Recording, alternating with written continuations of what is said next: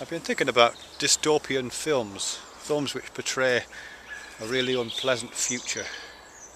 You know, things like The Matrix, I suppose, like Children of Men, I Am Legend, kind of that film, what's it called, The Day the Earth Stood Still, awful film, but yeah, there's a suggestion that the future could be awful if you're not really careful in that one. And a whole bunch of others, Handmaid's Tale, there's a lot of them about. I suppose I was prompted to think about this by a video that a user made called Werewolf Activist, which is a great name actually. I really like the name Werewolf Activist. I think werewolves are due for a bit of a comeback. There's been enough about zombies recently. But yeah, these films, one of the things that I find a bit odd about these films is that, you know, if I was to imagine the things that would need to take place to have a perfect future, you know, a utopian future for, well, just everybody, not just humans, but a utopian future in general, it would be the kind of things that would happen in those films. But those films always portray those things as if they're bad, you know, because what you would need is, you need a future in which either people live for a hell of a long time, or in which they never die, one of those things. It would be a future in which there's probably a lot less people around anyway, certainly not the whatever it is, 8.5 billion we've got now, probably 1 or 2 billion tops. It would be one in which there was no pain and suffering. It would be one in which there was no things like sexual jealousy or aggression, one in which there was no wanting and needing and all that kind of ambition and driving for something that you can't get, and all that, you know, the pain associated with that. Yeah, all those kind of, no fear of death, no fear at all really. You know, all those things that you would want in an ideal future, which heaven probably contains if there was such a place. I mean, those are often the situations that are actually in those films, but it's portrayed as if it's bad. Like that film I Am Legend, for example, Will Smith film set in New York. Everybody's either died of some weird cancer or else left, apart from a few kind of infected humans who've turned into somewhere between zombies and vampires. They're a bit like, I'm not sure which they are. They come out at night and they look a bit like zombies, but they act a bit like vampires. You kill them like vampires. And Will Smith, of course, is the hero of this film because he's human and he cries all the time and he's got human needs, and when he has to kill his dog it's terribly upsetting and all that kind of stuff. But the vampires in that film are actually much, in my opinion, are potentially much more sympathetic creatures.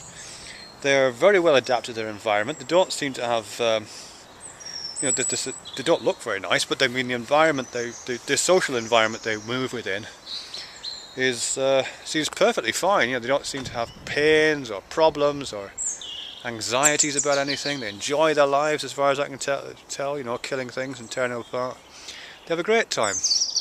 I mean, that's an interesting film because it's a remake of The Omega Man, which was, I can't remember his name now, some other Hollywood actor, but it's actually a second remake of an original film with Vincent Price in the lead role called The Last Man on Earth, which is available for free download somewhere, movie archive somewhere. Last Man on Earth, Vincent Price, and it's brilliant. It's really great. It's a really cheap black and white B-movie, all voiced in a kind of narrator style, but he just does a kind of voiceover. And he clearly is the bad guy in that one. They're much more like vampires, and he is clearly the bad guy. By the end of it, you understand that he's the lone villain in this society of very well adapted vampires. But generally, you know, the I Am Legend film is being human is great, and being something different to human is horrible, and that's how it's portrayed. Where else do you see it? Well, you see it in The Time Machine, which is one of my favourite films. I've talked about it before.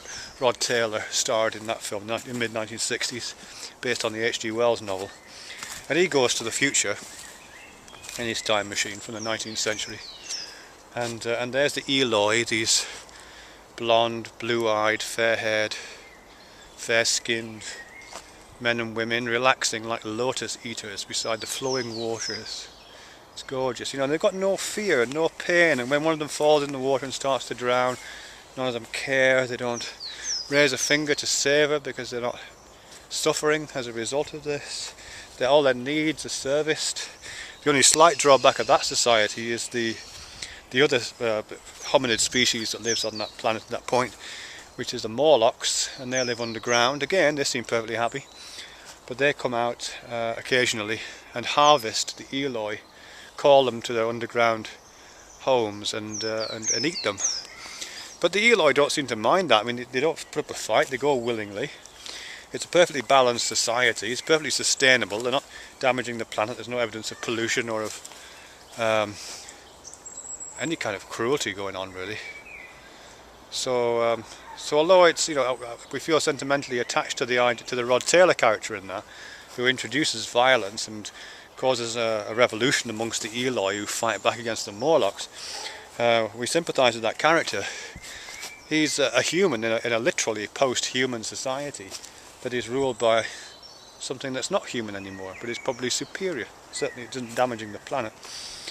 And films like Children of Men and Handmaid's Tale, which are stories of reduced population, I mean, they're presented as if it's horrible, you know, as if we've got nothing better to do than look after children. I mean, looking children is fine, I've got children myself, but really I wouldn't mind a few years off, I really wouldn't. Slavoj Zizek talks really well about Children of God, actually. Children of Men, I'm sorry. It's one of his favourite films, and he's got some great stuff about Children of Men, the film. But it's presented as if it's horrible. You know, it's a police state, and everyone's anxious and full of angst because they haven't got any, because there's no rugrats running around the place. But again, I think it's just misselling, really. And when humans, and the human position is always paramount, it's so valorised. Humanity is so valorised in all these films. In what's it called, The Day the Earth Stood Still, which isn't exactly dystopian. The Keanu Reeves character, and in fact Keanu Reeves got a lot to answer for in these films. The Keanu Reeves character in that. No, actually, I'll move on to a different bit. There's a bit later on in the film than the bit I'm thinking of, where the aliens who've come to the Earth and are considering hygienically removing everyone from it. They've put a spy there first. There's a guy who's been living on planet Earth for years and years, kind of reporting on what the conditions are like. And there's a passage where he speaks really warmly about what it's like to be a human, and how beautifully frail and how beautiful their suffering is. Kind of, he's saying.